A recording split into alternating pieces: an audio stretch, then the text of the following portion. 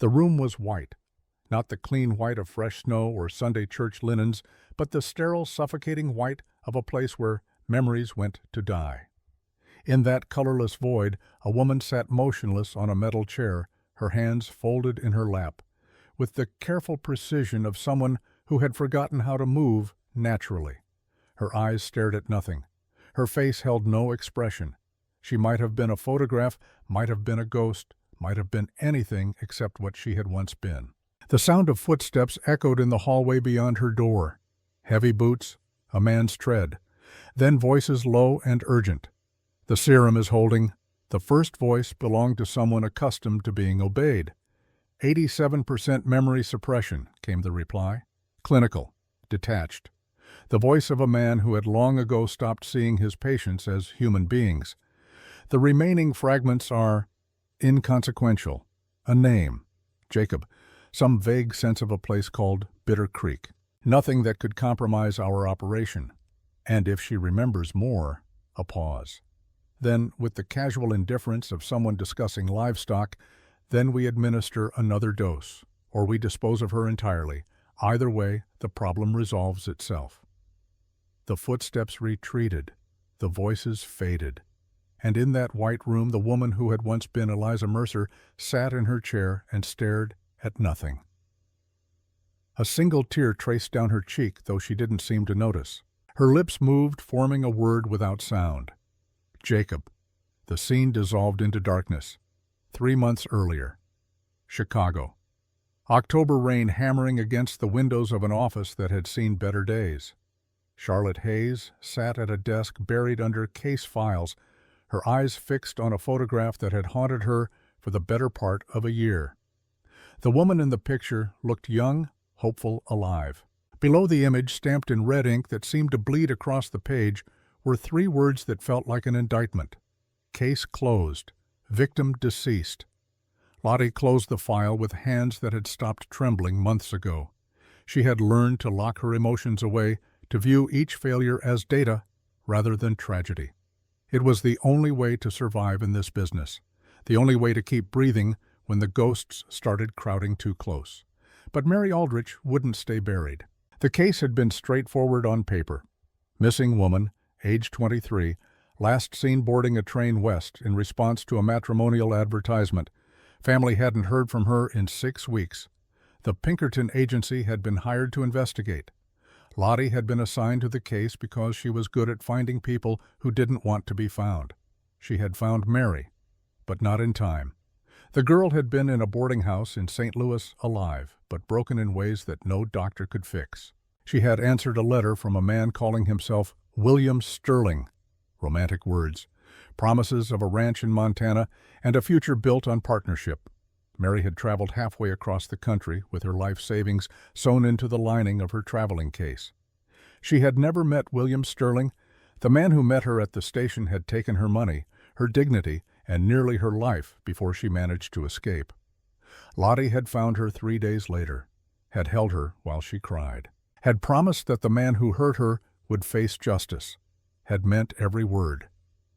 2 weeks later, Mary Aldrich walked into Lake Michigan and didn't come back. The official report called it an accidental drowning. Lottie knew better. She had seen the look in Mary's eyes during their last conversation, the hollowness, the shame that no amount of reassurance could touch. Mary hadn't drowned by accident. She had chosen the water over a world that had taught her she was worthless. And William Sterling, the man who had driven her to that choice, had vanished like smoke. No trace, no leads, just another name in a long list of aliases used by men who preyed on women desperate enough to believe in hope. Until 3 weeks ago. Lottie opened another file. This one bore a different name, Grant Hollis. But the pattern was identical. Matrimonial advertisements in Eastern newspapers, elaborate correspondence, women who traveled west and disappeared, some turned up dead. Others simply vanished, swallowed by the vast emptiness of the frontier. And always at the center of it a man who changed names as easily as he changed shirts. But this file contained something the others didn't, a connection. One of the victims, a woman named Eliza Mercer from California, had managed to send a letter to her brother before she disappeared. In that letter she had mentioned details, names, locations, a network that extended far beyond one man's greed. Eliza had been investigating, gathering evidence, getting close to something big. Then silence. The official story said Eliza Mercer had committed suicide, overcome with shame after being swindled. Lottie had read the report, had seen the gaps in the narrative, had recognized the same hollow explanation that had been used to close Mary's case. Convenient, clean, wrong. Eliza Mercer hadn't killed herself. Lottie was certain of it. Someone had silenced her because she knew too much. And that same someone was still out there, still operating, still destroying lives. Lottie had taken the case without authorization, had told her supervisor she was following up on a minor lead. In truth, she was chasing ghosts. Mary's ghost, Eliza's ghost, all the nameless women who had trusted the wrong man and paid for it with everything they had. She had spent 2 months tracking the pattern, following the money, connecting the dots that law enforcement had been too lazy or too corrupt to connect. And finally she had found him, Grant Hollis, currently operating out of Montana Territory under the name Edward Ashford. Same methods, same promises, different name. Lottie had made her decision that same evening. She would go to Montana. She would pose as one of Hollis's victims. She would get close to him, gather evidence, and expose the entire operation. And this time, she wouldn't fail. She had written her resignation letter that night, but hadn't submitted it. Part of her still hoped the agency would support her investigation. The larger part knew better. This was personal now, and personal cases had no place in professional detective work. So Charlotte Hayes had become Clara Winslow, schoolteacher from Boston. Lonely spinster, desperate for a fresh start. She had crafted the persona carefully, writing letters to Grant Hollis in response to his advertisement. Had played the role perfectly, eager but not desperate, educated but not worldly. Exactly the kind of woman a man like Hollis would target. His replies had been everything she expected. Elegant handwriting, romantic prose, promises that sounded too good to be true because they were. But Lottie had played along, had let him believe she was falling for his lies, all while documenting everything for the case she would build against him. The plan was simple. Travel to Montana, meet Hollis at the appointed location, gather evidence of his criminal activity, then turn everything over to the federal marshals and watch him hang. What Lottie hadn't counted on was Jacob Mercer. The train to Montana had taken 4 days. Lottie had used the time to refine her cover story to memorize every detail of Clara Winslow's fictional life. She had also hidden a small derringer in the false bottom of her traveling case along with coded notes about the investigation. If things went wrong, she wanted to leave a trail someone could follow. The stagecoach from Cheyenne to Bitter Creek Station was another 2 days of bone-rattling misery. Lottie endured it with the stoic patience of someone who had survived worse. The other passengers were a mix of prospectors, gamblers, and women whose profession was written in their rouge and their eyes. None of them spoke to the prim schoolteacher in the corner. None of them noticed when she palmed a small notebook and made notes about landmarks and potential escape routes. Bitter Creek Station appeared on the horizon just before sunset on October 15th, a weathered building hunched against the vast Montana landscape like it was trying to disappear. A few scattered structures, a corral, a well that creaked in the wind. Nothing about it suggested safety or civilization. It looked exactly like the kind of place where a woman could vanish and no one would think to ask questions. Lottie stepped off the stage with her traveling case and her carefully constructed expression of hopeful anticipation. The station keeper, a barrel-chested man with suspicious eyes, watched her approach. "Miss Winslow." His voice held the flat tone of someone who had seen this scene play out before and knew how it ended. "Yes, I'm here to meet my fiancé, Mr. Edward Ashford. Has he arrived yet?" The station keeper spat tobacco juice into the dirt. "No, ma'am. No one by that name come through here." Lottie let her face fall, let worry creep into her eyes. "But he said he would be here, October 15th. He was very specific." "Lots of men are specific in their letters, miss. Don't mean they show up." The other passengers were already dispersing. The stage would continue north in the morning.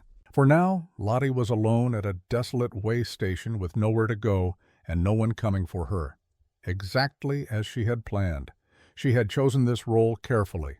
A stranded woman would draw attention, would create opportunities for conversation, would make people underestimate her, and most importantly, it would force Grant Hollis to make contact if he was in the area. Men like him couldn't resist a vulnerable woman. What Lottie hadn't planned for was the rider who appeared on the horizon just as the sun touched the mountains. He came from the west, moving at an easy canter that spoke of someone who knew the land and wasn't in any hurry. The horse was a chestnut gelding with a white blaze, well-muscled, accustomed to long distances. The man in the saddle sat with the relaxed confidence of someone who had spent more of his life on horseback than off it. Lottie watched him approach with the careful attention of someone trained to catalog potential threats. Broad shoulders beneath a weathered coat, hat pulled low against the wind, the glint of a rifle in a scabbard alongside the saddle. Perhaps 32, with a face that looked like it had been carved by the same harsh elements that shaped the mountains behind him. The rider reined in at the hitching post and dismounted in a single fluid motion. His boots hit the ground with the certainty of a man who knew exactly where he stood. When he looked up, Lottie found herself meeting eyes the color of winter ice, gray and sharp and missing nothing. "Ezra." His voice was low, carrying an edge of authority that made the station keeper straighten slightly. "Got any coffee?" "Always got coffee for paying customers, Cole." "You coming from town? Been riding 3 days." The man who had been called Cole looped his horse's reins around the hitching post and stepped onto the porch. His gaze passed over Lottie with the brief assessment of someone cataloging potential threats, then moved on.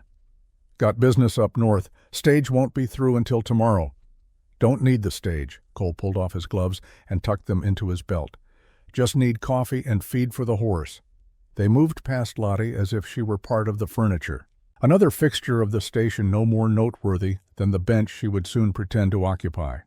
She watched them disappear inside, heard the murmur of their voices, and felt something cold settle in her chest. This was the part she had prepared for, the waiting, the performance of desperation. She would sit on that bench for days if necessary, would let the station keeper see her growing more desperate, would create a story that would spread through the territory. The abandoned bride at Bitter Creek.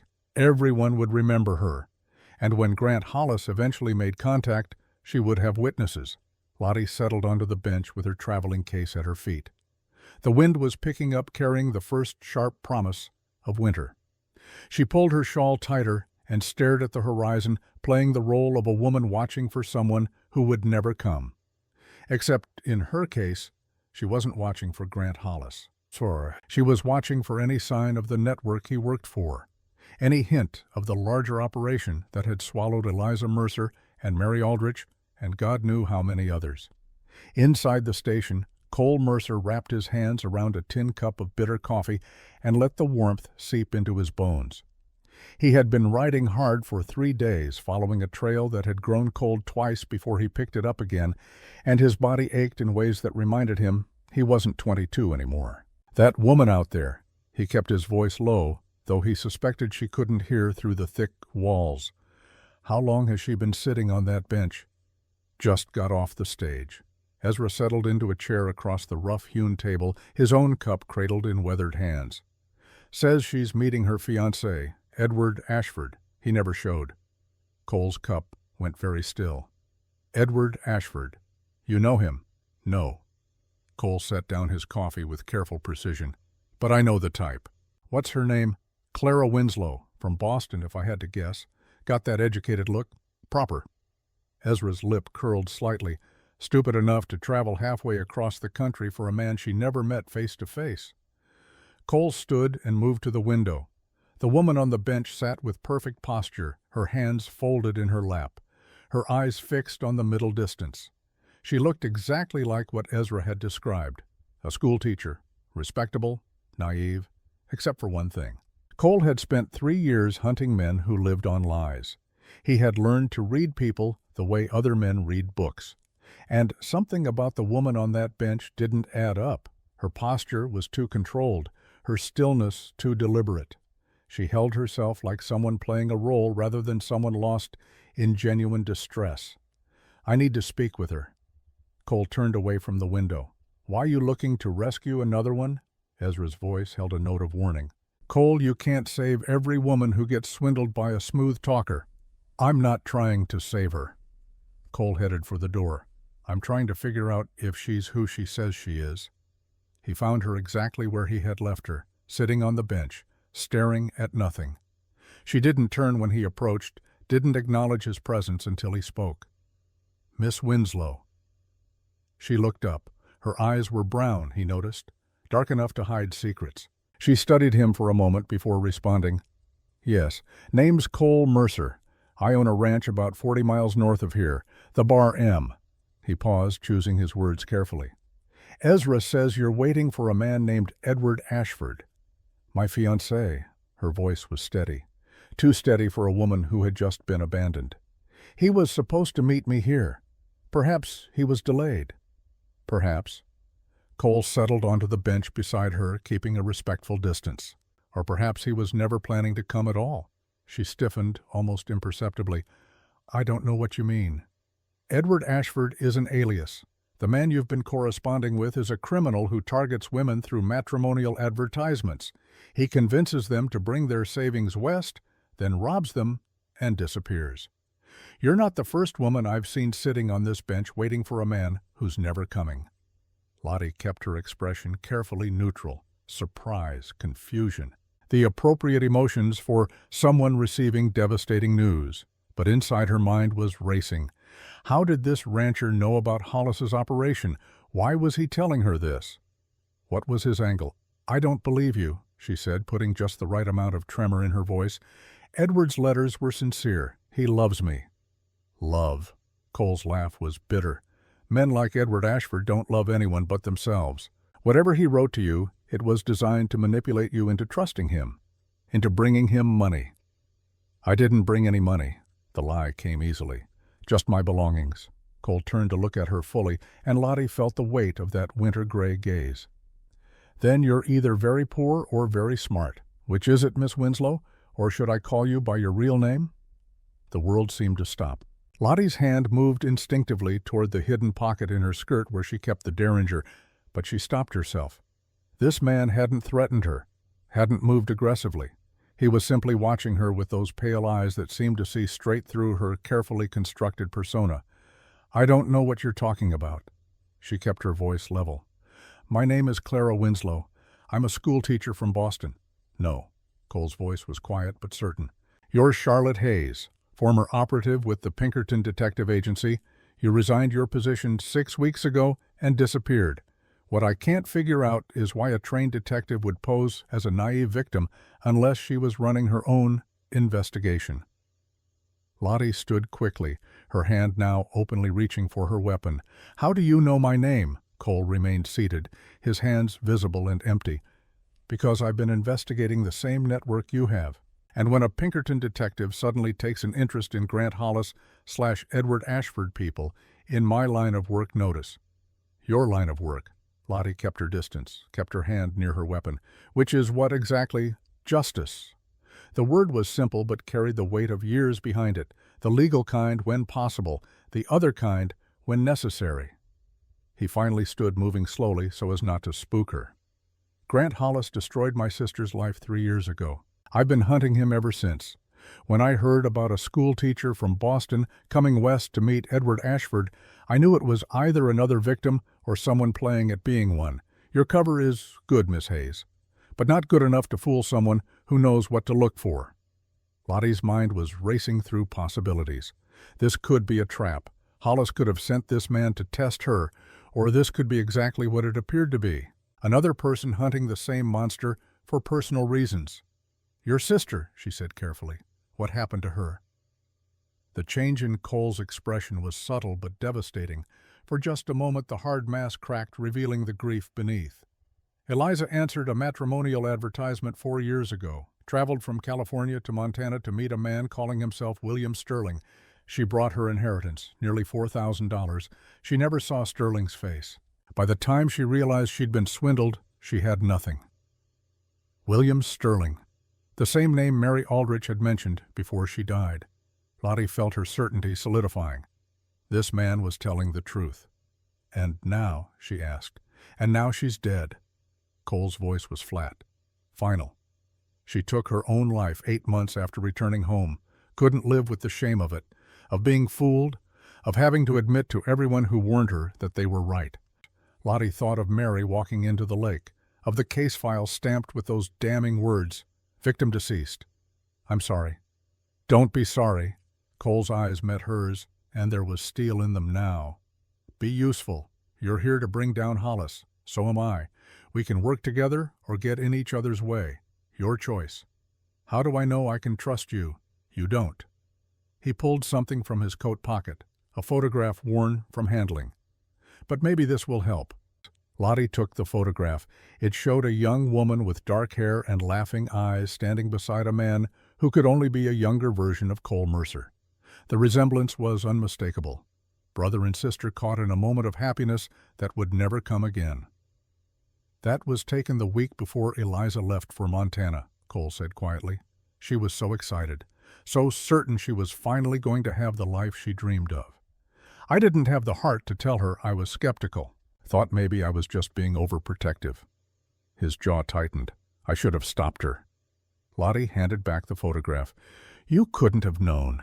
I could have tried harder." He tucked the photograph away with the care of someone handling sacred relics. "But I can't change the past. All I can do is make sure Hollis doesn't destroy anyone else's future." "And how exactly do you plan to do that?" "By finding out who he works for." Cole turned to face her fully. "Hollis isn't operating alone. He's part of a network. Eliza figured that out before she died. She sent me letters, said she was investigating something bigger than one con man." Then she went silent. "By the time I found her, it was too late to ask questions." Lottie felt her pulse quicken. This aligned perfectly with her own investigation. "What makes you think the network still exists?" "Because Hollis is still active, still using the same methods. If he was working alone, he would have changed his pattern by now. But he hasn't, which means someone is protecting him, providing resources, and that someone needs to be exposed." "So what do you want from me?" Cole considered her for a long moment. "Information. Access. Whatever your Pinkerton training can provide. In exchange, I'll give you everything I've learned in 3 years of hunting this network. Contacts, locations, names. And when we finally bring Hollis down, you'll get the credit for the arrest. All I want is to look him in the eye before he hangs." It was a reasonable offer, more than reasonable, but Lottie had learned through bitter experience that reasonable offers often hid dangerous complications. "What aren't you telling me?" Cole's slight smile held no humor. "You really are good. All right, full disclosure. I've been working outside the law for most of this investigation. I've bent rules, crossed lines, done things that would get me arrested if anyone could prove it. If you work with me, you'll be complicit in that. Your Pinkerton reputation will be compromised. Your career will be over. So think carefully before you agree." He studied the woman before him. 28 years old according to the Pinkerton records he'd reviewed, young to have risen so high in the agency, young to have already accumulated so many ghosts in her eyes. Lottie thought of Mary Aldrich sinking beneath the water, of Eliza Mercer's laughing face in that photograph, of all the women whose names she would never know who had been swallowed by this network and forgotten. "My career was over the moment I took this case without authorization," she said. "I'm not here as a Pinkerton detective. I'm here as someone who failed to save a woman who deserved better. And I won't fail again." "Then we have a deal." Cole extended his hand. Lottie took it. His grip was firm, calloused from years of ranch work, but his shake was brief and businesslike. "So what's our next move? First, you need to maintain your cover. Clara Winslow, the abandoned bride, will stay at the station for a few more days. People need to see you waiting, need to remember you. That will draw attention from Hollis's network if they're watching. And you. I'll take you back to the Bar M. Tell Ezra and anyone else who asks that I'm offering you work as a bookkeeper. It's true enough. My accounts are a disaster. You'll have legitimate reason to be on my property while we plan our next steps." Lottie nodded slowly.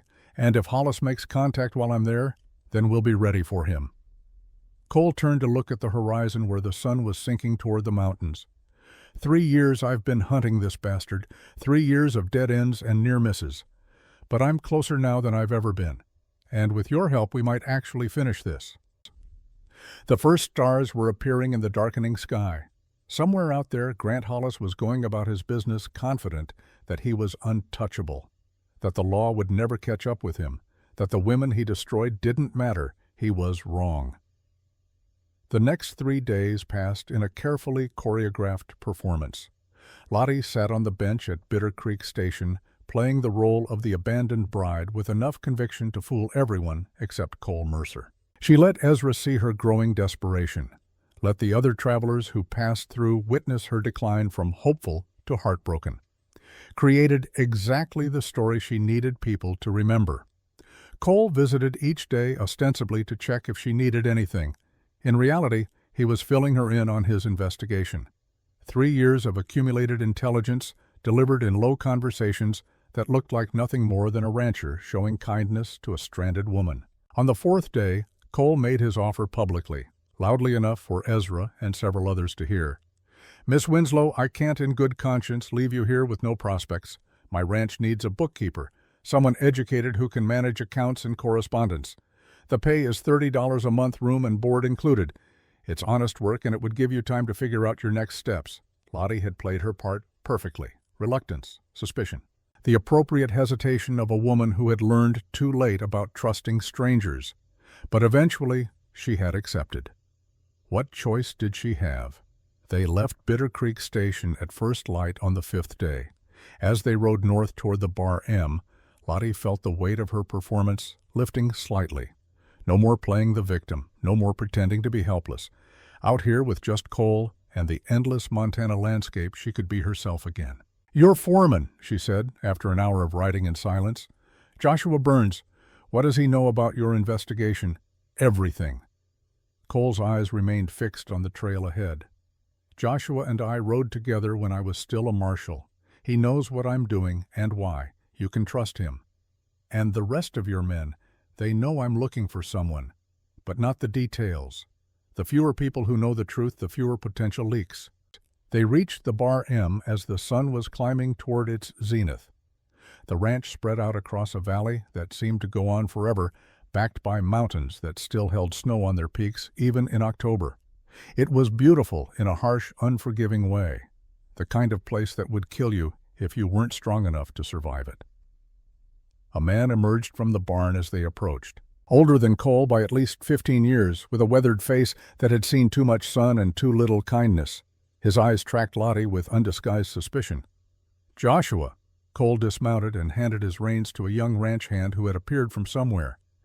"This is Charlotte Hayes. She'll be helping with the books." Joshua's expression didn't change, but something flickered in his eyes. Recognition of the name, perhaps, or just the natural wariness of someone who had learned to trust slowly. "Ma'am," he nodded without warmth. "Cole tell you about his crusade?" "He did." And you're fool enough to help him." "I have my own reasons." Lottie met his stare without flinching. "Someone needs to stop Hollis. If the law won't do it, then people like us will." Joshua studied her for another long moment, then grunted. "We'll see if you're still singing that tune in a week. Cole's obsession has a way of consuming people." He turned and walked back toward the barn, leaving Lottie alone with Cole and the weight of what she had committed herself to. "Don't mind Joshua," Cole said quietly. "He's protective because he's seen what this hunt has cost me, but he'll come around once he sees you're serious. And if I'm not serious enough, then you'll leave." Cole looked at her with those winter gray eyes. "I won't stop you. This isn't a prison, Miss Hayes. It's a partnership, and partnerships only work when both people choose to stay." The house Cole led her to was smaller than she expected. A main building with a kitchen and common area, plus several smaller structures that served as bunkhouses and storage. Her room was tiny but clean, with a narrow bed, a washstand, and a small desk beneath the single window. "It's not much," Cole said from the doorway, "but it's private. No one will bother you here. It's perfect." And it was. Lottie had lived in worse places during investigations. At least this one had a door that locked and a window she could escape through if necessary. "I'll let you settle in. When you're ready, the study is through the main house. That's where I keep what passes for financial records. Fair warning, they're a mess. I'm better with cattle than I am with numbers." After he left, Lottie unpacked her few belongings. The false bottom of her traveling case yielded the derringer her coded notes and a small photograph she carried with her always. Mary Aldrich smiling at the camera 3 days before she walked into Lake Michigan. Lottie had taken the photograph from the girl's belongings after her death. A reminder, a promise. She set the photograph on the small desk where she would see it every day, where it would remind her why she was here, why she couldn't fail again. That evening, after a simple meal prepared by Cole's cook, Lottie made her way to the study. It was exactly as disastrous as Cole had warned. Papers everywhere, ledgers filled with cramped handwriting and crossed-out figures, receipts stuffed into drawers with no apparent organization. It would take weeks to sort through this chaos and create any semblance of order.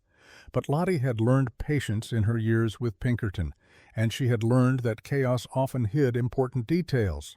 She began sorting papers into piles, creating systems where none had existed, and all the while she watched for anything unusual.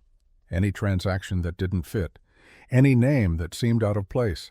It was nearly midnight when she found it, a receipt for a monthly payment to something called Meadowlark Sanatorium in Helena. The amount was substantial, $200 paid on the first of every month for the past 6 months. And in the notation field, written in Cole's distinctive handwriting, were 2 letters, E.M. Lottie's heart began to race. E.M. Eliza Mercer. But Cole had said his sister was dead, had shown her the grief in his eyes when he spoke of her suicide. So why was he making payments to a sanatorium unless Eliza wasn't dead at all? Lottie spent the next hour searching through more records, found more receipts, all made out to Meadowlark Sanatorium, all with the same notation, E.M. Monthly Care. She heard footsteps in the hallway and quickly gathered the receipts. Cole appeared in the doorway holding 2 cups of coffee. He took one look at her face and went very still. "You found them." It wasn't a question. "E.M. is Eliza Mercer, isn't it?" Lottie stood holding the receipts like evidence. "You lied. Your sister isn't dead." Cole set down the coffee cups with hands that trembled slightly. For a long moment he said nothing. Then he closed the study door and turned to face her with an expression of such raw pain that Lottie almost regretted pushing. She might as well be dead. His voice was barely above a whisper. "The woman in that sanatorium isn't my sister. Not the one I knew." "What happened?" Cole moved to the window, staring out at the darkness. 8 months ago, I got a letter from a doctor in Helena. He said they had a patient who matched Eliza's description. No memory, no identification. She had been found wandering the streets confused and disoriented. The doctor thought it was trauma-induced amnesia. I went to see her. He stopped, his jaw working. She looked at me like I was a stranger, didn't recognize her own brother. The doctor said her memories might return with time and proper care. I tried to question his methods, but he cited patient confidentiality, said the trauma was too severe for family intervention. Cole's voice hardened. I was desperate enough to believe him, desperate enough to hope that time and medicine could bring her back. I didn't want to see that maybe he was the one keeping her trapped. Visiting when I can, hoping that one day she'll remember. But she hasn't. No. The word was heavy with defeat. If anything, she's gotten worse. More distant, more lost. The last time I visited, she barely spoke, just sat there staring at nothing. Lottie thought of the woman in the photograph, laughing eyes and hope for the future. Tried to reconcile that image with what Cole was describing. The doctor. Do you trust him? I don't trust anyone. Cole turned back to face her. But I don't have much choice. Meadowlark is the only facility in the territory that specializes in cases like Eliza's, and Dr. Cross comes highly recommended. Dr. Cross. Lottie committed the name to memory. When did you last visit? 2 weeks ago. Right before I heard about you coming west to meet Edward Ashford. I had to choose between staying with Eliza and investigating Hollis. I chose the investigation because you think finding Hollis will help Eliza remember. Because I think whoever destroyed my sister's mind is connected to Hollis. Cole's voice hardened. Eliza wasn't some naive girl who fell for a con. She was smart, curious. She wouldn't have just disappeared without leaving some kind of trail. Unless someone made sure she couldn't. Lottie felt pieces clicking into place. You think they did something to her, something to erase her memories. I think my sister found out something she wasn't supposed to know. And I think someone decided the easiest way to silence her was to take away her ability to remember what she learned. It sounded paranoid, conspiracy thinking at its worst. But Lottie had learned in her years with Pinkerton that the most paranoid theories were sometimes the truest ones. If you're right, then Eliza is in danger. If whoever did this to her finds out she's still alive, still potentially able to remember. I know. Cole's hands clenched into fists. That's why I've kept her existence a secret, why I use aliases when I visit, why I pay in cash and never leave a trail. But I can't protect her forever. Eventually they'll find out. And when they do. And he didn't finish the sentence. He didn't have to. Lottie made a decision. Tomorrow I'm going to Helena. I need to see Eliza for myself. And I need to investigate this Meadowlark Sanatorium. If something wrong is happening there, we need to know. It's dangerous. If Hollis's people are watching the sanatorium and they see you, then we'll have confirmation that Eliza is connected to all of this. Lottie's voice was firm. I'm not asking your permission, Cole. I'm telling you what I'm going to do. You can help or you can stay here, but I'm going. Cole studied her for a long moment. Then unexpectedly he smiled. You really are as stubborn as they say. Your colleagues at Pinkerton. I did my research too, Miss Hayes. You have a reputation for not letting cases go, for pushing long after everyone else has given up. It's what got you in trouble with your superiors, and it's exactly what we need now.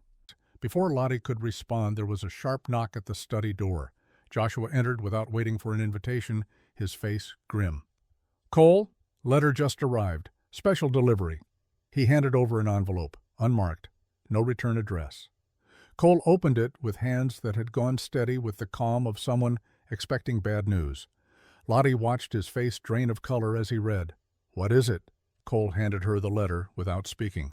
The handwriting was elegant, precise. The words were brief but devastating. We know about EM. We know you've been visiting. If you want to see your sister alive again, you will cease all investigation into our operations immediately. You have 7 days to comply. If you do not, EM will disappear, permanently. This is your only warning. No signature, no threats beyond the obvious, just 7 days between Eliza Mercer and death. Lottie looked up at Cole. His face had gone absolutely still, but his eyes burned with a fury that took her breath away. 7 days, he said quietly. They're giving us 7 days to choose between justice and Eliza's life. Then we don't choose. Lottie's voice was steady. We do both. We find your sister, and we bring down everyone involved in this network. All of it. No compromises. That's impossible. We don't even know where they're keeping her. The letter says to cease investigation, which means they're worried about what we might find, which means we're close to something important. Lottie began pacing her mind, racing through possibilities. They want us to stop. That's their mistake. Because now we know they're watching. Now we know Eliza is valuable to them somehow. And now we have a timeline. Cole stared at her. You're talking about going on the offensive. I'm talking about refusing to be controlled by fear. Lottie turned to face him fully. 7 days is more than enough time to tear this network apart, but only if we stop playing defense and start hitting back. And if we fail, if they kill Eliza, then at least we'll know we tried everything. Lottie's voice gentled. Cole, you've been hunting these people for 3 years, playing it safe, following rules, and where has it gotten you? Your sister is still lost. Hollis is still free. The network is still operating. Maybe it's time to try something different. Cole looked at the letter again. 7 days. 7 days to save Eliza or watch her die trying. 7 days to finish what he had started or lose everything that mattered. He looked up at Lottie, this woman who had walked into his life with her own ghosts and her own determination to make things right. This detective who had given up everything to chase justice for a girl she barely knew. All right, he said. 7 days. We find Eliza. We expose the network. We bring them all down. Together. Together. He extended his hand again, and this time when Lottie took it, the handshake felt less like a business agreement and more like a pact sealed in desperation and hope. Outside, the Montana night stretched vast and cold beneath stars that had witnessed countless tragedies and offered no comfort. But inside that small study, surrounded by chaos and secrets and impossible odds, two people who had nothing left to lose made a promise to each other. No more waiting. No more playing by rules that only protected the guilty. 7 days to war. The countdown had begun. Day 2 of 7. Dawn came to the Bar M with the kind of cold that made bones ache and breath freeze in the air. Lottie stood at her window watching frost patterns form on the glass and thought about time. 7 days, 168 hours, each one slipping away like water through desperate fingers. Cole found her in the kitchen an hour later, already dressed for travel, her small traveling case packed and ready. He looked like he hadn't slept. Dark circles beneath those winter-gray eyes, tension in every line of his body. "We need to be smart about this," he said without preamble. "If Hollis's network knows we're investigating, they'll be watching for any obvious moves." Lottie poured coffee with steady hands. "So we give them what they expect to see. You stop investigating, publicly, visibly. Make it clear that you're backing off to protect Eliza. And what will you be doing while I'm performing surrender? Going to Helena, but not as Charlotte Hayes detective, as Clara Winslow abandoned bride looking for work in the city. It's a logical next step for my cover story. No one will question it." Cole absorbed this. "And once you're in Helena, I find Sarah Blackwood." Lottie pulled a folded letter from her pocket. "I've been corresponding with her since I started this investigation. She doesn't know I'm here yet, but she'll help. She owes me." "Owes you for what?" Lottie thought of a rainy night in St. Louis, a warehouse basement, a woman chained to a wall, and the 3 men who had learned too late that Charlotte Hayes carried more than just good intentions. "I pulled her out of a situation similar to what happened to your sister, before it was too late. She swore if I ever needed anything, I just had to ask. And you think she'll know about Meadowlark? I think anyone who survived that network knows things they're not supposed to know. The question is whether she'll share them." Lottie met Cole's gaze steadily. "But I can be very persuasive when necessary." Joshua appeared in the doorway, his weathered face impassive. "Stage leaves for Helena in 2 hours. Already told them you'd be on it, miss. Paid your fare." He looked at Cole. "And I spread word in town last night. Told everyone who'd listen that you're done chasing ghosts, that you finally accepted your sister's death, and you're focusing on the ranch." "Will they believe it?" Lottie asked. "Not the smart ones, but the smart ones aren't the problem. It's the talkers we need, the gossips who'll spread the story until it reaches the right ears." Joshua's eyes were hard. "You've got maybe 3 days before Hollis's people figure out it's a feint. Make them count." After Joshua left, Cole walked Lottie to the stable where her horse was being prepared. The morning air was sharp enough to hurt, and their words came out in clouds of vapor. "I should be going with you," Cole said. "You need to be here, visible, doing exactly what they expect." Lottie adjusted her traveling cloak. "Besides, I work better alone. That's what worries me." Cole's hand caught her arm, gentle but insistent. "Miss Hayes, Charlotte. These people have already proven they're willing to destroy lives. If they even suspect you're digging into their operation, then I'll be careful." She looked at his hand on her arm, then up at his face. Saw concern there that went beyond professional partnership. Something warmer, more dangerous. "I've survived 3 years with Pinkerton. I know how to handle myself." "I know you do, but knowing and watching you right away are 2 different things." The moment stretched between them. Too long, too charged. Lottie pulled away gently. 7 days, Cole. We don't have time for complications." "No." His voice was rough. "We don't." The stage to Helena was crowded with miners and merchants, none of whom paid any attention to the quiet woman in the corner with the mourning face. Lottie used the journey to refine her plan. Sarah Blackwood ran a boarding house on the edge of Helena's respectable district, a place that catered to women in difficult circumstances. The perfect cover for gathering information. Helena itself was bigger than Lottie expected, a territorial capital trying hard to become a city, brick buildings alongside rough timber structures, boardwalks that turned to mud between blocks, the smell of coal smoke and ambition. She found Sarah's boarding house as the sun was setting, a 3-story building with clean windows and a sign that read, "Blackwood House, respectable lodging for ladies." The woman who answered her knock was in her early 40s with careful eyes and the kind of beauty that had survived hard years. "Help you, miss." Then recognition flickered. "Charlotte." "Hello, Sarah." Sarah pulled her inside, quickly glancing up and down the street before closing the door. "What are you doing here? Last I heard you'd left Pinkerton." "I did. But I didn't leave the work." Lottie let Sarah lead her to a private parlor away from the other residents. "I need information. About a network that targets women through matrimonial advertisements." Sarah's face went carefully blank. "I don't know what you're talking about." "Yes, you do, because you survived it 3 years ago, before I found you in that St. Louis warehouse." The silence that followed was thick enough to cut. Sarah moved to the window, her back to Lottie. When she finally spoke, her voice was distant, haunted. "You saved my life that night. Killed 3 men to do it. Never asked for thanks or credit. Just made sure I got home safely and told me to build a new life." She turned. "So I did. This boarding house, this respectable existence. I've worked hard to leave that nightmare behind. Why are you asking me to drag it back up?" "Because they're still operating, still destroying women." Lottie kept her voice gentle but firm.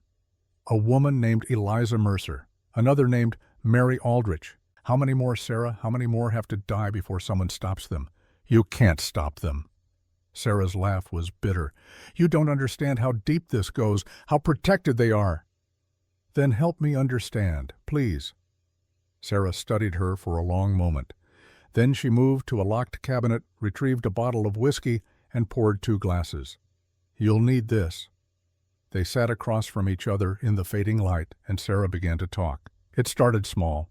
A man placing advertisements, women responding, romance through letters, then invitations to come west.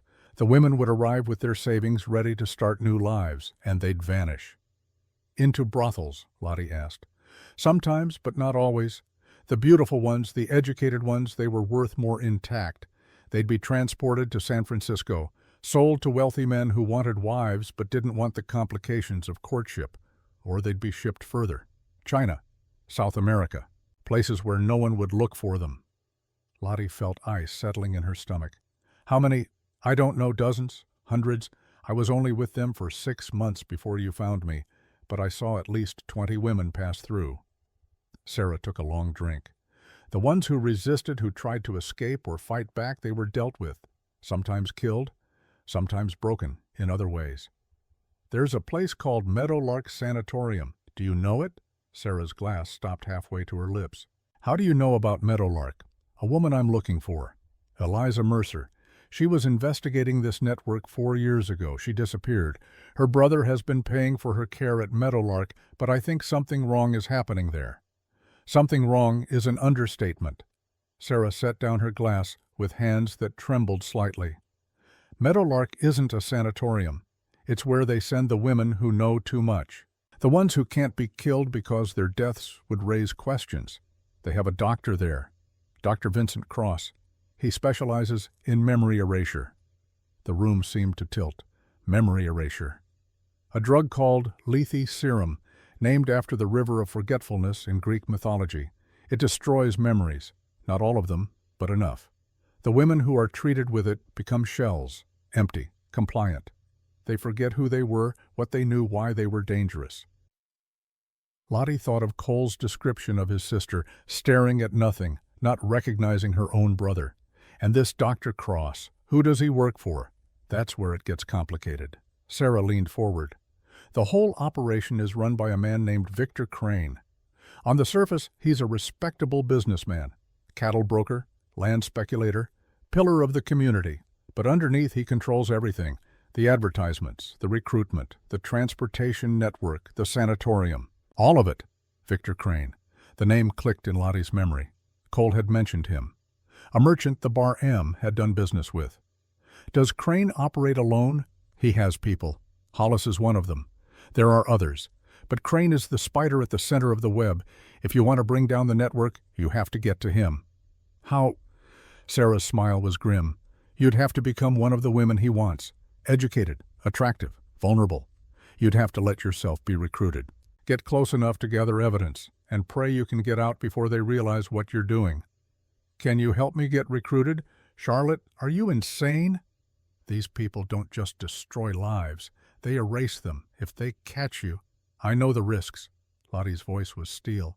But I also know that if I don't try, they'll keep operating, keep destroying. And Eliza Mercer will spend the rest of her life as a ghost because I was too afraid to act. Sarah studied her for a long moment. Then she sighed. There's a woman named Rose. She works as Crane's recruiter, identifies potential targets, makes the initial contact. If anyone can get you close to Crane, it's her. But she's smart, suspicious. You'll have to convince her you're exactly what Crane is looking for. Where do I find her? The Silver Palace Hotel. She poses as a social reformer, helps unfortunate women find new opportunities. It's how she earns their trust before selling them. Sarah's voice was bitter. I'll send word that I have a friend who needs help, someone educated who fell on hard times. That should get you a meeting. Thank you, Sarah. Don't thank me yet. You might not survive this to regret it. That night, Lottie lay in a narrow bed in Sarah's boarding house and thought about the choice she was making. This was beyond anything Pinkerton had trained her for, beyond the law, beyond safety. She was about to walk voluntarily into the same trap that had destroyed Eliza Mercer and Mary Aldrich and countless others. But she was also different from those women. She knew what she was walking into. She had weapons and training, and she had something they hadn't: the determination to make sure no one else suffered the same fate. Somewhere in the darkness she heard footsteps in the hall, then a soft knock at her door. She had her derringer in hand before the second knock fell. It's Sarah. Lottie opened the door to find Sarah holding a telegram. This just arrived for you, from the Bar M. The message was brief, written in code they had agreed upon. Package missing from expected location. Stop. Complications arising. Stop. Advise caution. Stop. Lottie's blood ran cold. Package meant Eliza. Missing meant exactly what it sounded like. Bad news, Sarah asked. The woman I'm looking for. She's not at Meadowlark anymore. Lottie's mind raced. Either they moved her or they've already dealt with her. Sarah's voice was gentle. I'm sorry. No, she's alive. She has to be. Lottie looked up. When can I meet Rose? Tomorrow afternoon. But Charlotte, if Eliza is already gone, maybe you should... I should what? Give up. Go home. Lottie's laugh was harsh. There is no home. There's only this. Finding these people, stopping them, making sure they can't hurt anyone else. Sarah nodded slowly. Then get some sleep. You'll need your strength for tomorrow. The next day dawned gray and cold. Lottie dressed carefully. Not too fine, but not shabby. The appearance of a woman who had known better days but still maintained her dignity. Clara Winslow, schoolteacher, fallen on hard times and desperate for any opportunity. The Silver Palace Hotel was Helena's attempt at elegance.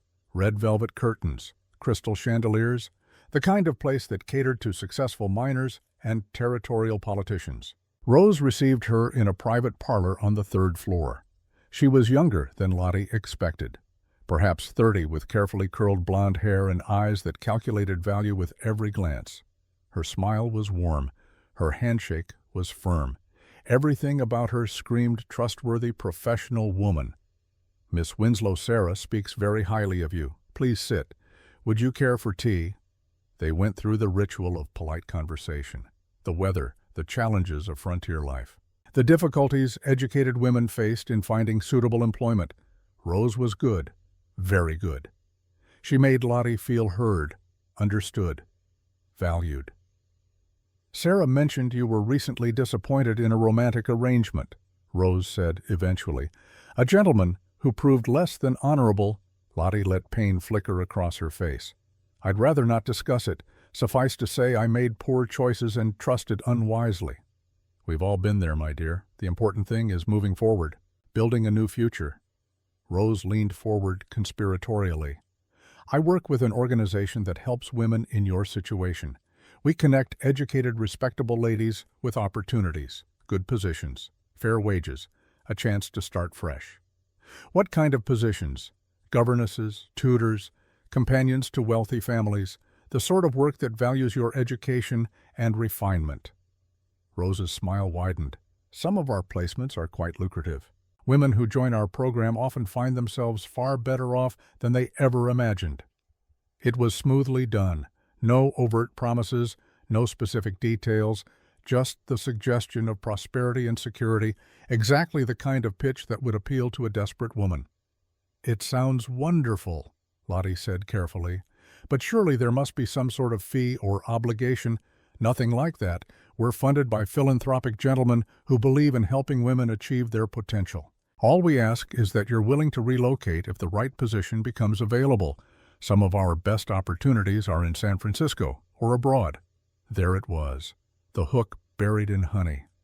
Lottie let herself look hopeful, grateful. "I would be very interested in learning more."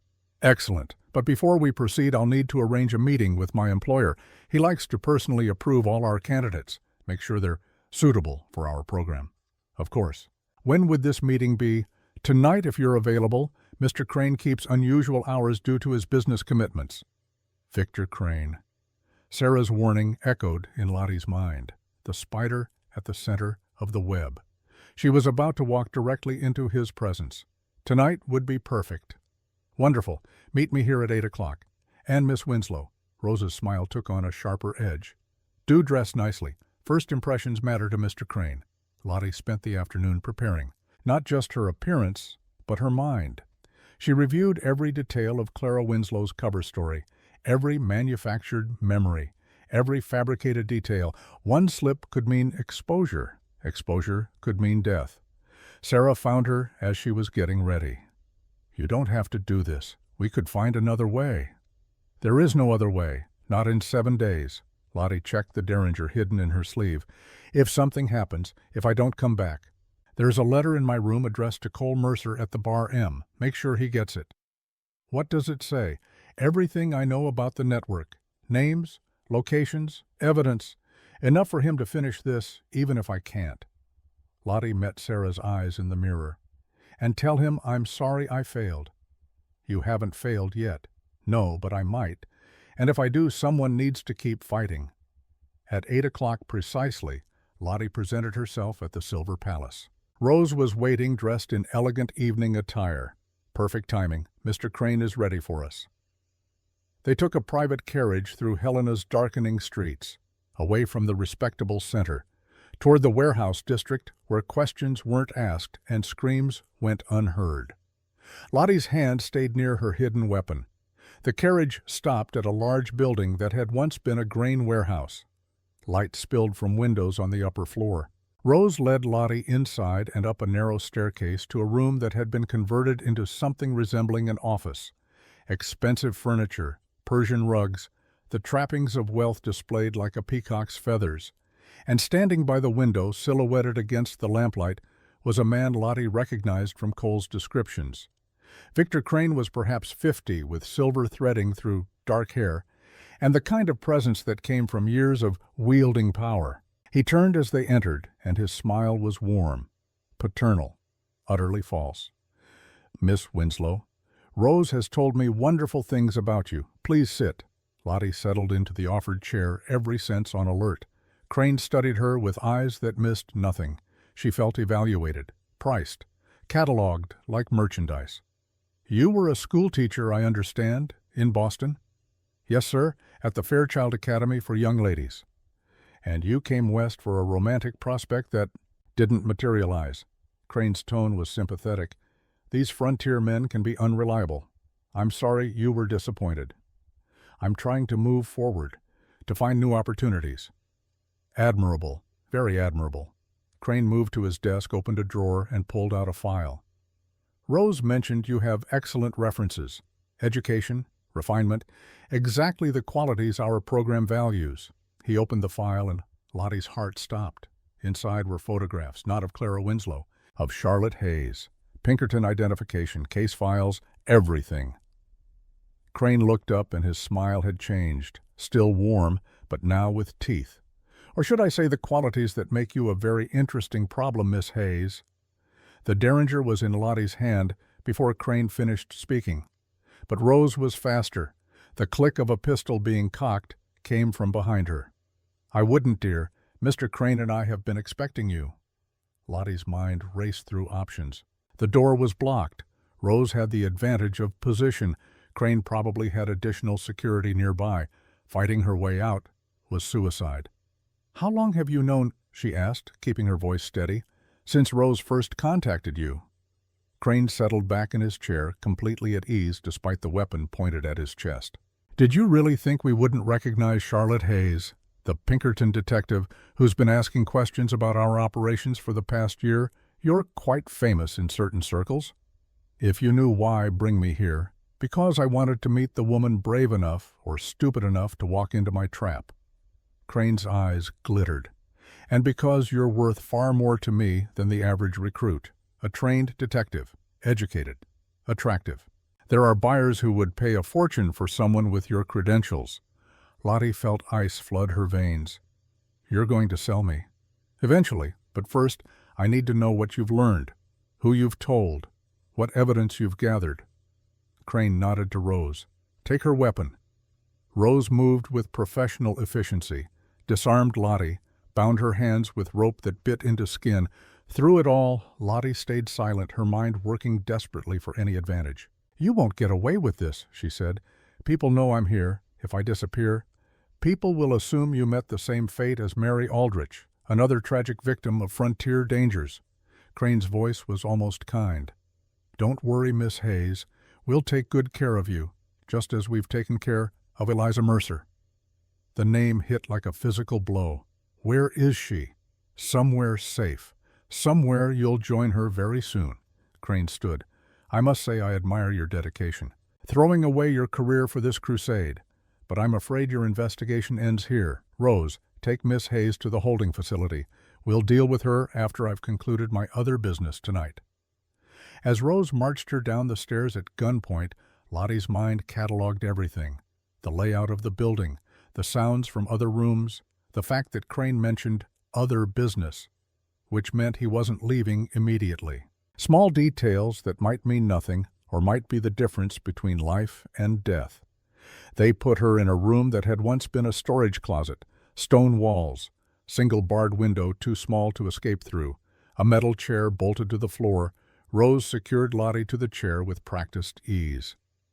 "Nothing personal," Rose said as she worked, "but Mr. Crane pays well, and I've learned not to ask too many questions." "You were in my position once," Lottie said quietly. "Before they recruited you, before you decided selling other women was easier than being sold yourself." Rose's hands hesitated, just for a moment. "That was a long time ago. I'm different now." "Are you? Or are you just telling yourself that so you can sleep at night? Save your breath, detective. No one's coming to rescue you." Rose moved to the door. "Though for what it's worth, I do admire your courage. Most women would be begging by now." "Most women haven't spent 3 years learning to survive anything." Rose paused in the doorway. "We'll see if that's still true tomorrow." The door closed. The lock clicked.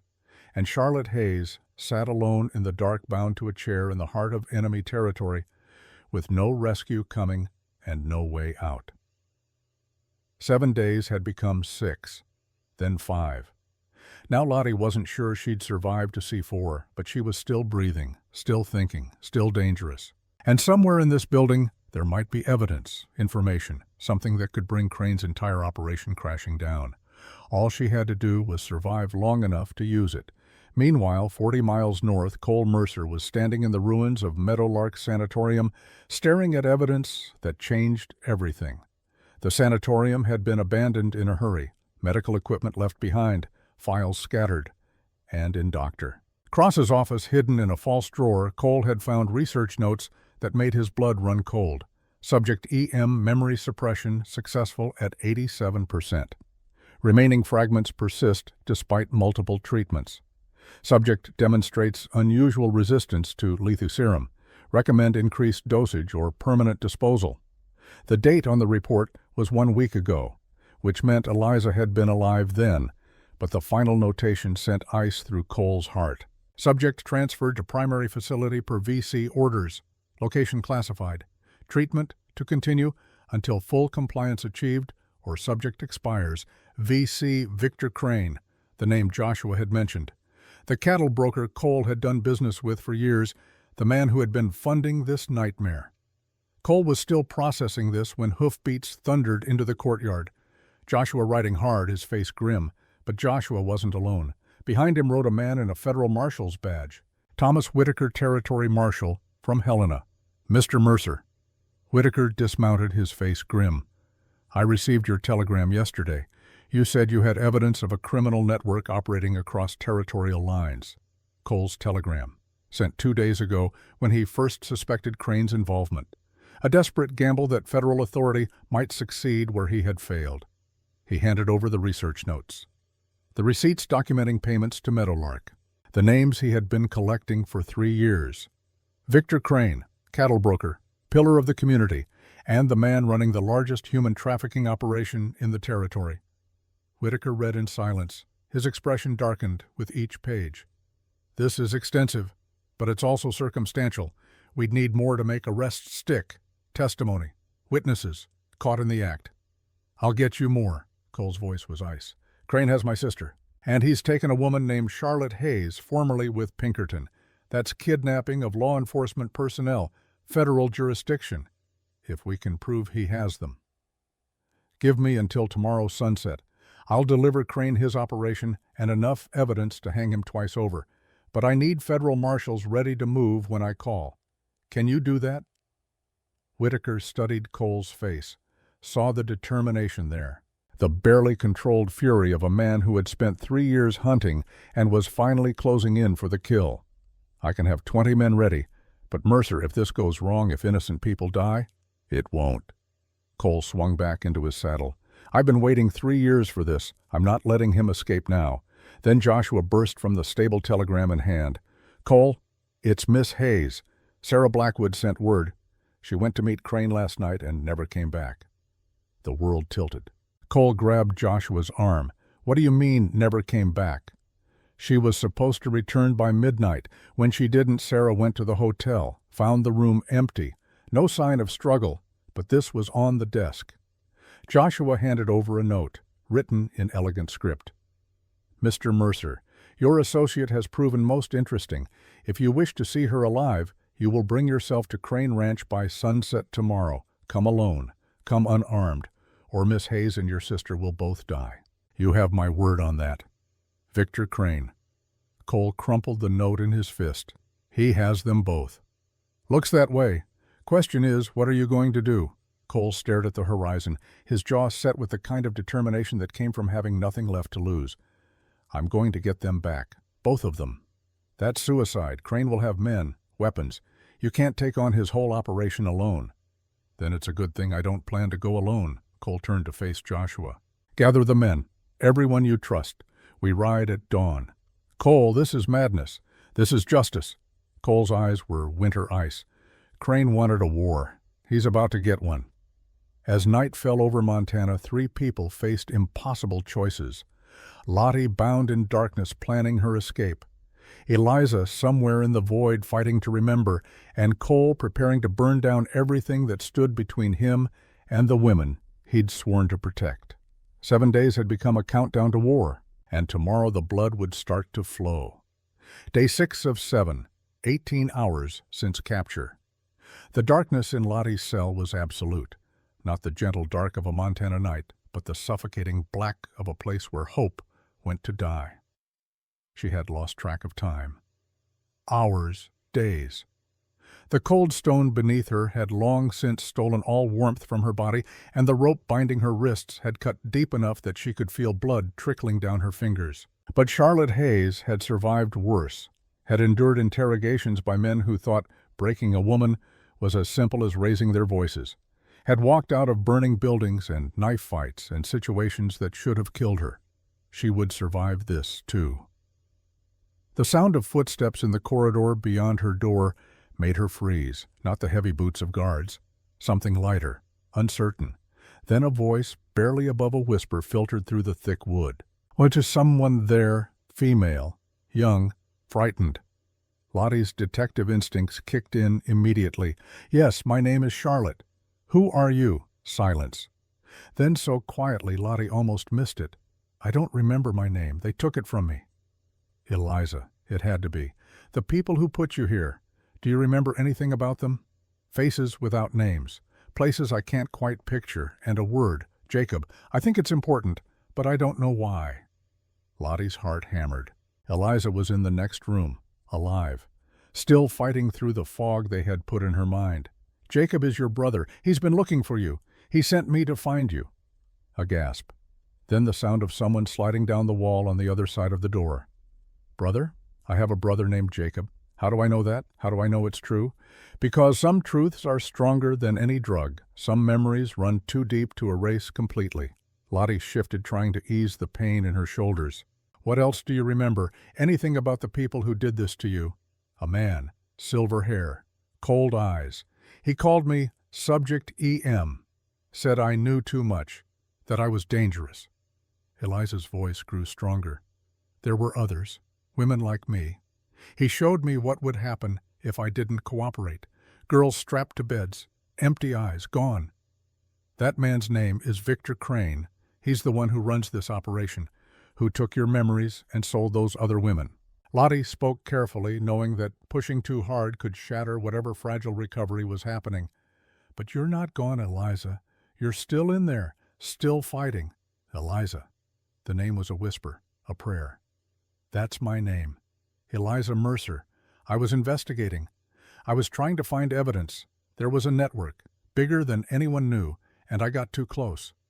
"What were you investigating?" "Not just women. Money.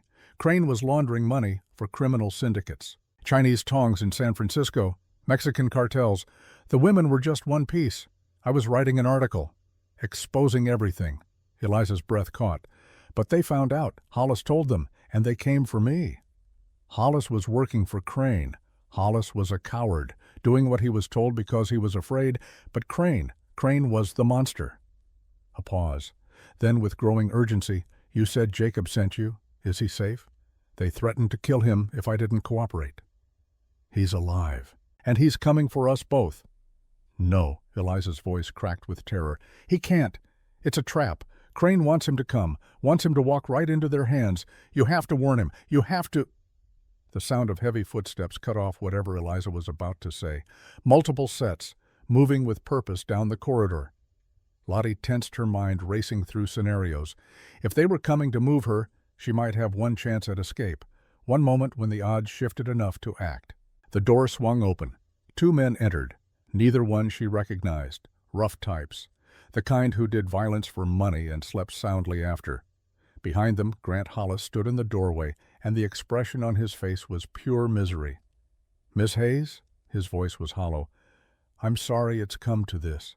"Are you—" Lottie studied him with clinical detachment. "Or are you just sorry you're going to have to watch? Crane wants you moved. There's a buyer coming tonight. Someone who pays premium prices for women with your particular skill set. Let me guess, you're the one who gets to deliver me." Hollis flinched. "I don't have a choice." "Everyone has choices, Mr. Hollis. You chose money over morality, chose cowardice over courage. Don't pretend this is happening to you. You're making it happen." One of the guards stepped forward to untie her from the chair, and Lottie marked every detail. The knife on his belt, the way he favored his left leg. The fact that he underestimated her because she was a woman. Mistakes she would exploit when the moment came. They hauled her to her feet, her legs nearly buckling from hours of immobility. Marched her into the corridor, where another door stood open. Inside, Eliza sat on a narrow cot, her face pale but her eyes clear. Clearer than they had been in years, perhaps. Whatever hold the lethe serum had on her was weakening. The two women looked at each other, and something passed between them. Recognition, solidarity, the understanding that comes from shared suffering and shared determination to survive. "Put them together," Hollis said quietly. "Crane's orders, easier to guard one room than two." The guard shoved Lottie inside and slammed the door. The lock clicked with the finality of a coffin lid closing, but Lottie barely noticed. She was already moving to Eliza's side. The woman on the cot looked younger than her 25 years, fragile in a way that spoke of suffering endured. Lottie checked her for injuries with gentle hands. "Are you hurt? Did they harm you?" "Nothing physical." Eliza's hands trembled as she reached out to touch Lottie's face, as if confirming she was real. "But they've been poisoning my mind for so long. Sometimes I can't tell what's memory and what's nightmare." "Then we'll sort through it together." Lottie sat beside her on the cot, her detective's mind already working. Tell me everything you remember about this place. Layout, guards, security, anything that might help us escape." "Escape?" Eliza laughed, the sound breaking halfway through. "There's no escaping Crane. He owns half the territory, has judges and marshals in his pocket. Even if we got out of this room, where would we go? To your brother, to safety, to justice." Lottie grabbed Eliza's shoulders, forcing the younger woman to meet her eyes. "Listen to me. Cole has been hunting Crane for 3 years, gathering evidence, building a case. We're not alone in this fight.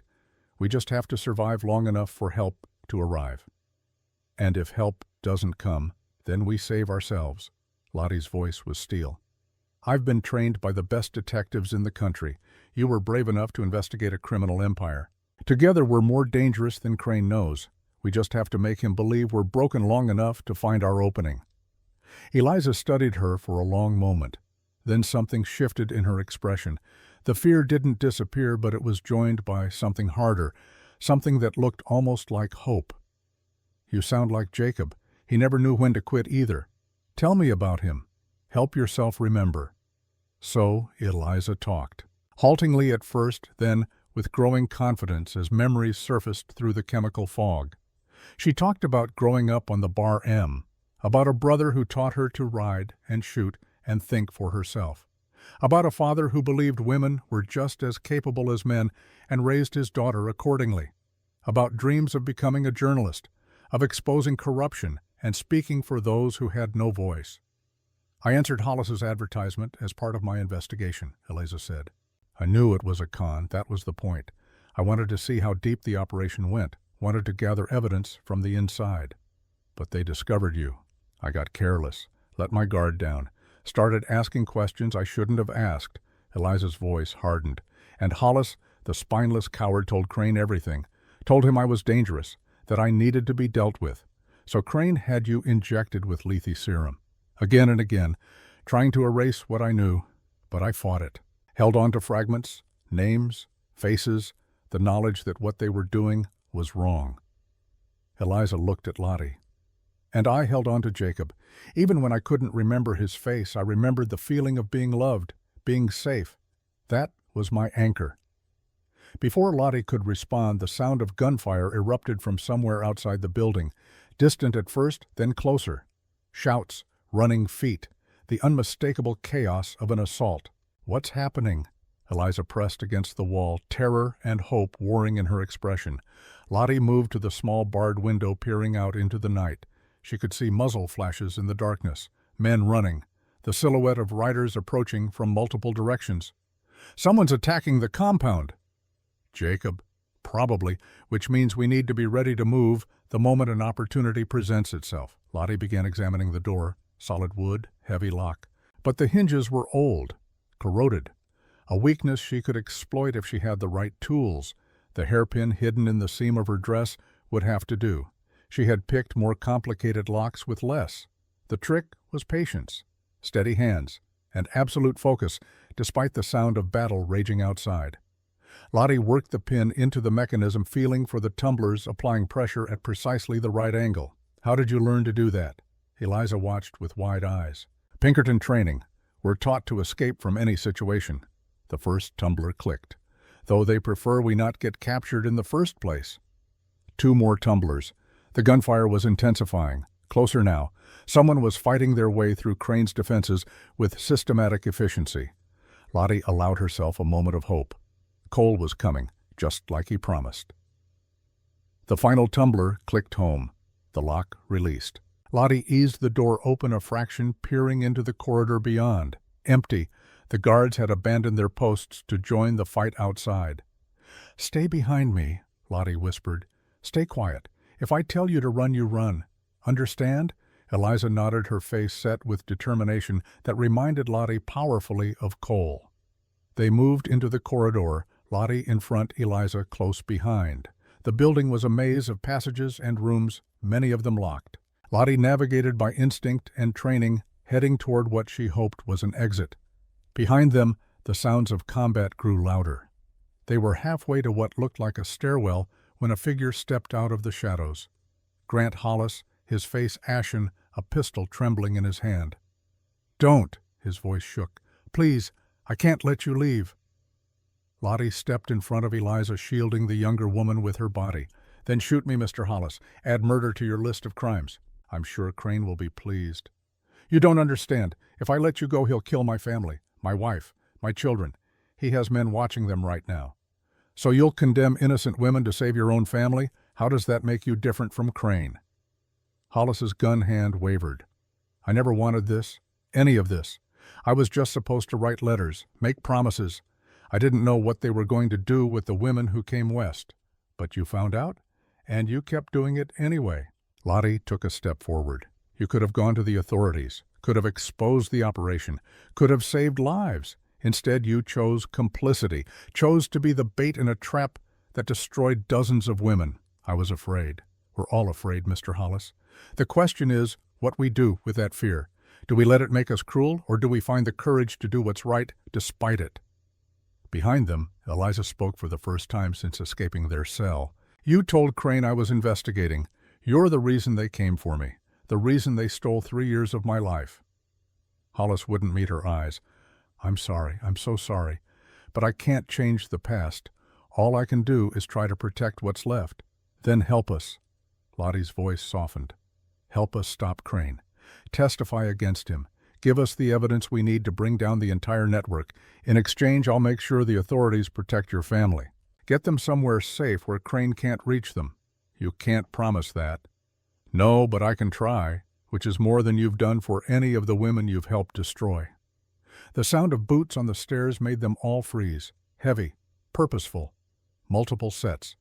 Hollis's expression shifted from indecision to terror. "He's coming. Crane knows you've escaped. Then we fight." Lottie grabbed Hollis's arm. "Right now, right here, you make a choice. Are you with us or against us?" Hollis looked at the gun in his hand, felt its weight. The weight of every decision he had made that led to this moment. Every woman he had lured with false promises. Every life he had helped destroy because he was too afraid to be brave. He looked at Eliza's face and saw all of them, all the victims, all the ghosts that would haunt him whether he lived or died.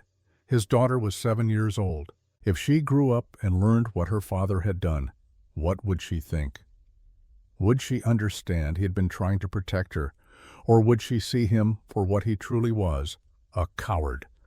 "I'm with you," he whispered, the words tasting like ashes and redemption.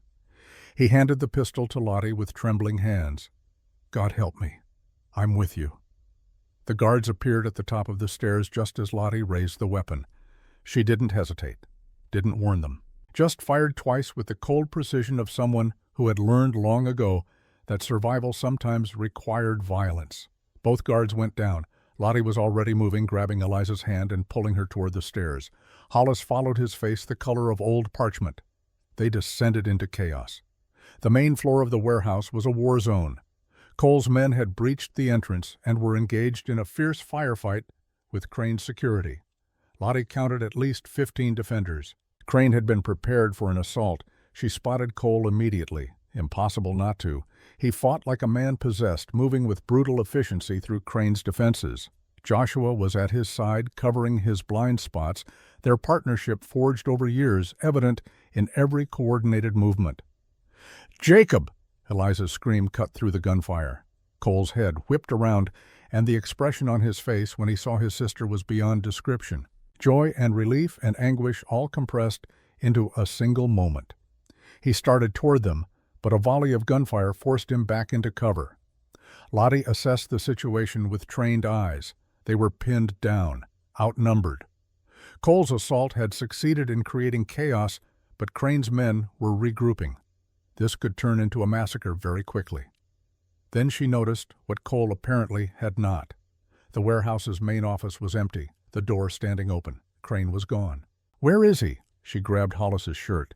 "Where's Crane?" "I don't know. He said something about a buyer. A meeting at the Helena train depot. Midnight."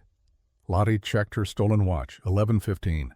If Crane was planning to transport merchandise, he would need to be at the depot before the midnight train departed, which meant he had left already, had abandoned his men to their fate while he escaped with whatever he valued most. A horrible suspicion formed in her mind. What merchandise was he taking to this buyer? Hollis's silence was answer enough. He's transporting women, tonight, on that train. Lottie turned to Eliza. Did you hear anything, see anything that might tell us how many? There were rooms upstairs, at least 10 women in cages when they brought me here, maybe more. 10 women, being loaded onto a train like cargo while everyone was distracted by the assault. Lottie felt fury rise in her throat like bile. Crane had used them. Used Cole's desperation to rescue Eliza as cover for his largest shipment yet. She caught Cole's eye across the warehouse, saw him fighting his way toward her. When he finally reached their position, she spoke before he could. Crane's not here. He's at the Helena depot, moving women onto the midnight train. Cole's expression went flat, the kind of calm that preceded violence. How many men does he have with him? Unknown. But he left 15 here to slow you down. He'll have kept his best people with the cargo. Then we go after him. Now. Cole? Lottie grabbed his arm. If we leave your men here, we'll be slaughtered. If we don't leave, 10 women die or worse. Cole looked at Eliza, drinking in the sight of his sister alive and whole. Then he looked back at Lottie. This is what we came to do. Stop Crane. Save the women. Burn his whole operation to the ground. Joshua appeared at Cole's shoulder, blood streaming from a cut above his eye. We can hold them here, give you time to reach the depot. It's 15 miles. We'll never make it before midnight. The hell you won't. Joshua jerked his head toward the back of the warehouse. Crane's got horses, fast ones. You ride hard enough, you might just catch him before that train leaves. Lottie made the decision before Cole could. Eliza stays here. With Joshua and the men, she's not strong enough for what comes next. No. Eliza's voice was iron. I've been running from these people for 3 years. I'm not hiding now, not when we're this close to finishing it. You can barely stand. I can ride, I can shoot, and I can damn well be there when we bring Crane down. Eliza met her brother's eyes. You taught me to be strong, Jacob.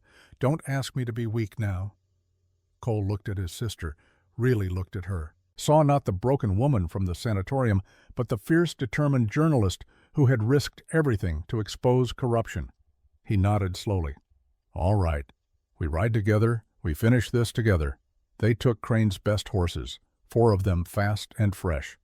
Lottie had ridden since childhood, but keeping pace with Cole across 15 miles of rough Montana terrain in near darkness was the most grueling experience of her life.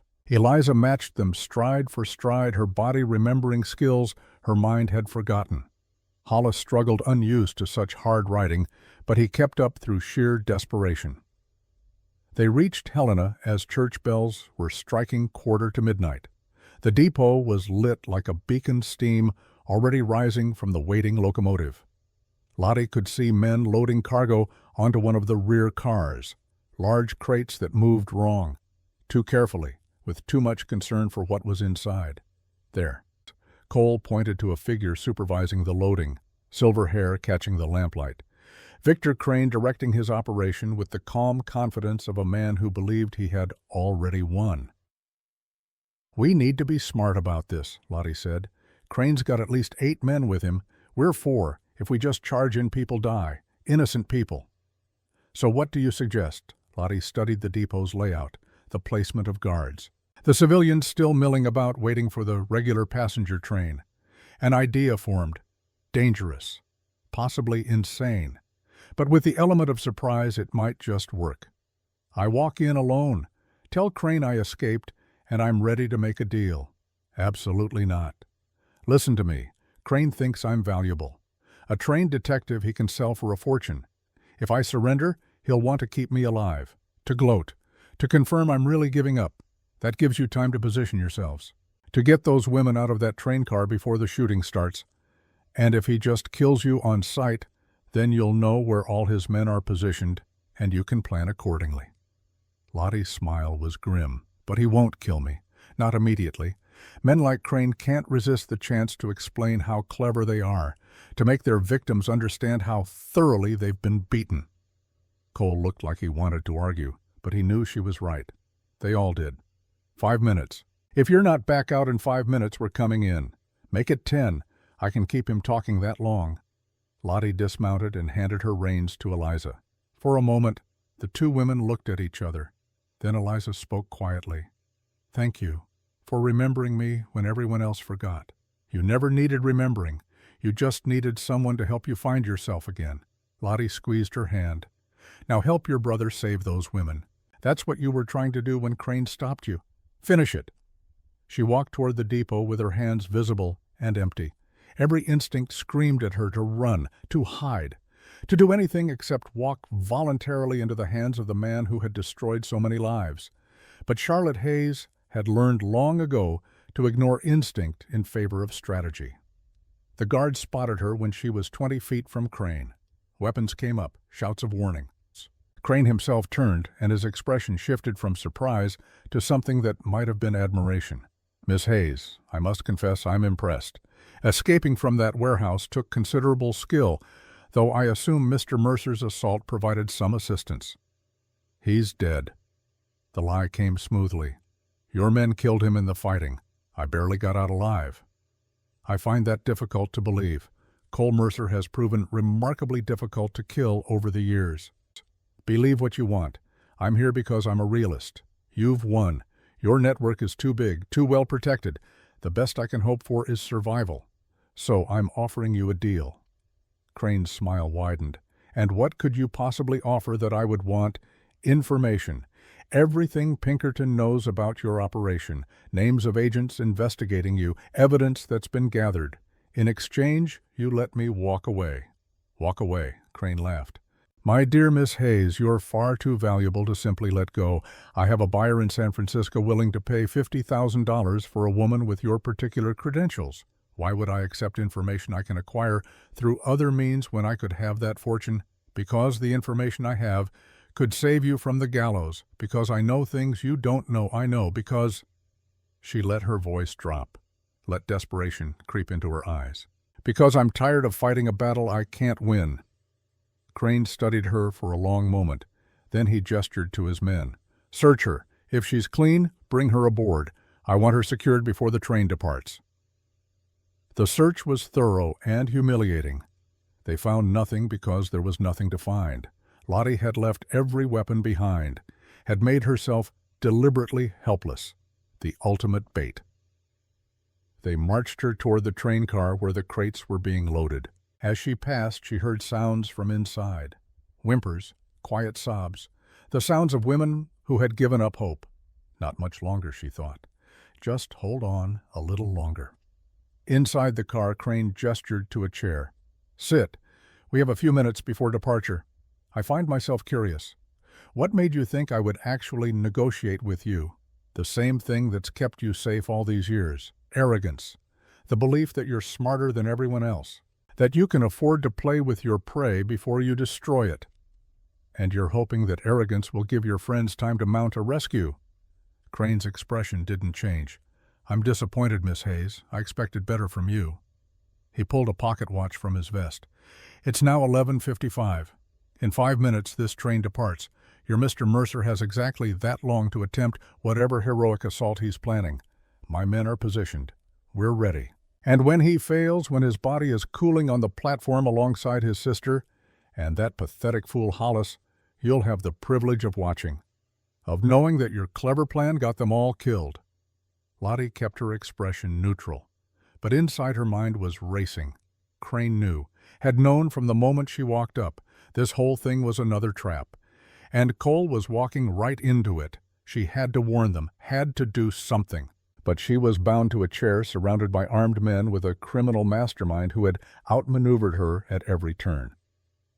For the first time since this whole nightmare began, Charlotte Hayes felt the cold touch of real fear, not for herself, for the people she had led into disaster. Then, from somewhere outside the train car, a voice rang out, clear, commanding, absolutely fearless. "Victor Crane? This is United States Marshal Thomas Whitaker. You are surrounded. Order your men to lay down their weapons and surrender peacefully." Crane's face went white. "That's impossible. I have judges, marshals, everyone who matters in my pocket." "You had them in your pocket." A new voice, one that made Lottie's heart leap. Cole Mercer speaking from somewhere in the darkness. "Until we gave the territorial governor evidence of your entire operation, until we showed him proof of corruption that reached so high, even he couldn't ignore it. It's over, Crane. The only question now is how many more people die before you accept that." Crane moved to the window, peering out. Lottie couldn't see what he saw, but his expression told her everything. Federal marshals, real ones, not bought and paid for, not part of his network, just lawmen doing their jobs. "This is your last warning," Marshal Whitaker called. "Surrender now or we open fire." For a moment, Crane stood frozen. Then he grabbed Lottie, hauled her to her feet, and pressed a derringer to her temple. "I'm walking out of here, and Miss Hayes is coming with me. Anyone tries to stop me and she dies." He dragged her toward the door, using her as a shield. Lottie didn't struggle, didn't resist. She had been in worse situations, had survived men who thought violence against women made them powerful. Crane was just another name on a very long list. They emerged onto the platform. Lottie could see them now. At least 20 marshals positioned around the depot, Cole and Eliza behind cover, Joshua with a rifle trained on Crane's head. And stepping forward, hands visible and empty, a man in a federal marshal's badge. "Let her go, Mr. Crane. There's nowhere for you to run." "There's always somewhere to run." Crane's voice was steady, despite the gun trembling against Lottie's skull. "I have money, resources, people who owe me favors. I'll disappear. Start again. You'll never find me." "Maybe. But you'll spend the rest of your life looking over your shoulder, wondering when we're coming, when justice finally catches up." The marshal took another step forward. "Or you can end this now. Face trial. Accept the consequences of your actions like a man instead of a coward." "I am not a coward." "Then prove it. Let Miss Hayes go." Lottie felt Crane's grip shift slightly, felt the gun barrel move a fraction of an inch away from her temple. It was all she needed. She drove her elbow back into his solar plexus with every ounce of strength she possessed, dropped her weight, twisted. The derringer discharged the bullet, passing so close to her ear she felt its heat. Then she was free, rolling away, and Cole was there, tackling Crane to the ground with the fury of 3 years of hunting crystallized into a single moment. They fought, brief, brutal, ending with Cole's forearm across Crane's throat and a promise delivered in a voice like winter itself. "You took my sister's mind. You tried to take her life. And you almost succeeded. But you failed. She's alive. She's free. And you're finished." The marshals moved in, secured Crane, read him his rights in voices that carried across the platform. And as they led him away in chains, Lottie stood beside Cole and Eliza and watched the monster who had terrorized so many finally face justice. It wasn't over, not completely. There would be trials, testimony, long days of legal proceedings. But the network was broken. The women in that train car were being freed even now, marshals helping them down, wrapping them in blankets, promising them safety. Hollis had surrendered peacefully, offering to testify in exchange for protection for his family. He would go to prison. But his cooperation would help ensure Crane never escaped the consequences of his crimes. As dawn began to lighten the eastern sky, Lottie found herself sitting on a bench outside the depot, exhausted beyond measure. Cole settled beside her without asking permission. They sat in silence for a long moment, watching the sunrise paint the mountains gold. "Thank you," he said finally, "for not giving up, for believing Eliza could be saved when I had almost stopped believing it myself. She saved herself in the end.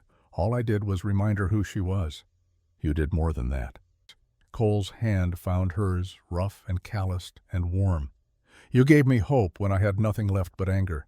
Showed me that justice was still possible even when everything seemed designed to protect the guilty." Lottie thought about Mary Aldrich, about the case that had started all of this, about a young woman who had walked into a lake because she couldn't live with the shame of being victimized. "We didn't save everyone," she said quietly. "People still died, still suffered. I failed them." "No, Crane failed them. Hollis failed them. A system that protected monsters over victims failed them." Cole squeezed her hand. "But you fought for them. Even knowing you couldn't save them, all you fought. That matters." 3 months later, on a morning when winter had finally released its grip on Montana and the first hints of spring were touching the mountains, Charlotte Hayes stood in a Helena courtroom and watched Victor Crane sentenced to 25 years in the territorial prison. Grant Hollis received 10 years, lighter than he deserved perhaps, but his testimony had helped convict Crane and expose the dozens of corrupt officials who had enabled the network. Justice was imperfect, but it was justice nonetheless. 23 women had been rescued from Crane's operation that night at the depot. Some had returned to their families. Others had chosen to build new lives in Montana, far from the places that held painful memories. Eliza Mercer had done something else entirely. She had written a book. The women they tried to erase became an instant sensation, selling thousands of copies and exposing the reality of criminal networks that preyed on vulnerable women. She had become exactly what Crane had feared, a voice that couldn't be silenced. And Lottie had made a choice of her own. She stood on the porch of the Bar M ranch house, watching the sun set over land that had become home in ways she never expected. Cole found her there, as he often did these days, bringing coffee and the comfortable silence of two people who had been through hell together and emerged stronger for it. "Second thoughts," he asked, "about what turning down the Pinkerton job offer, deciding to build a life in the middle of nowhere instead of returning to civilization, any of it, all of it?" Lottie considered the question seriously.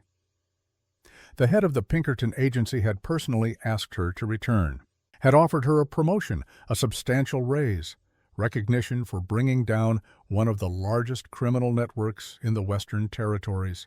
She had declined. "No second thoughts," she said.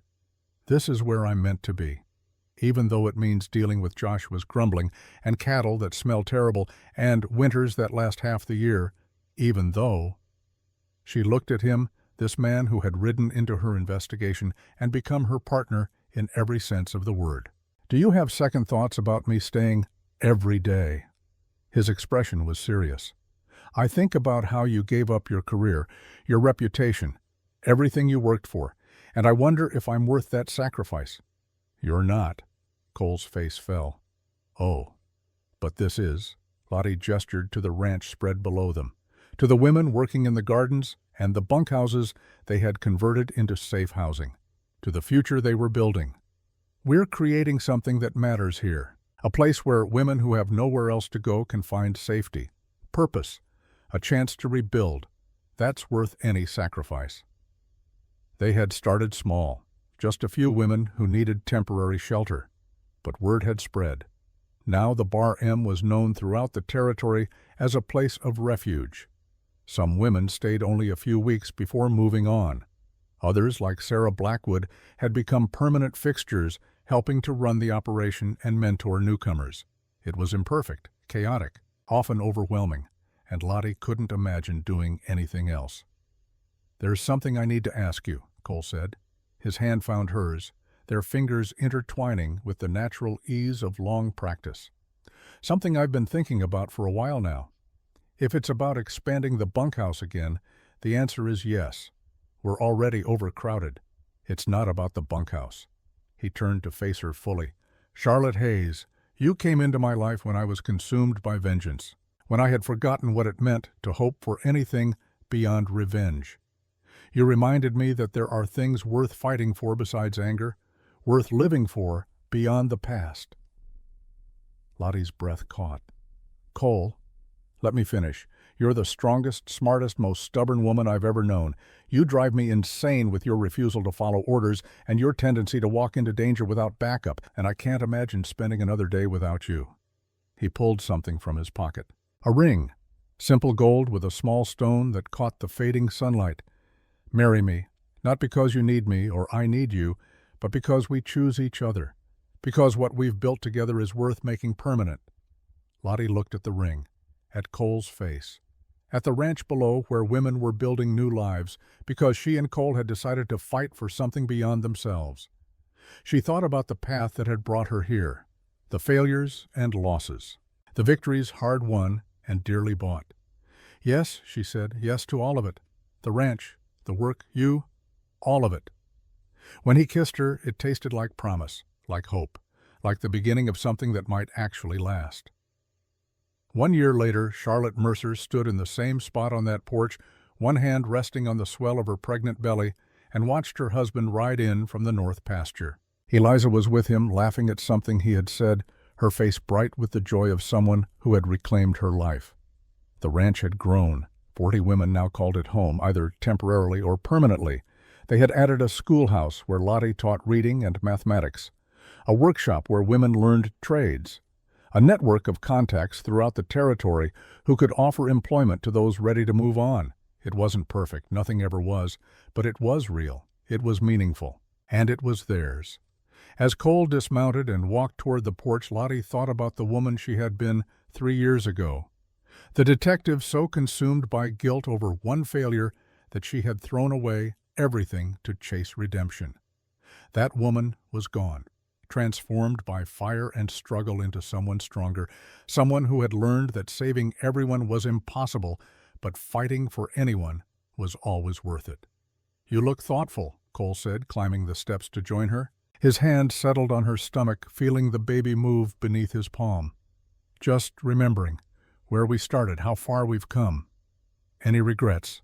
Lottie looked at the life they had built, at the future growing inside her, at the man who had chosen her, not because she needed saving, but because they made each other better.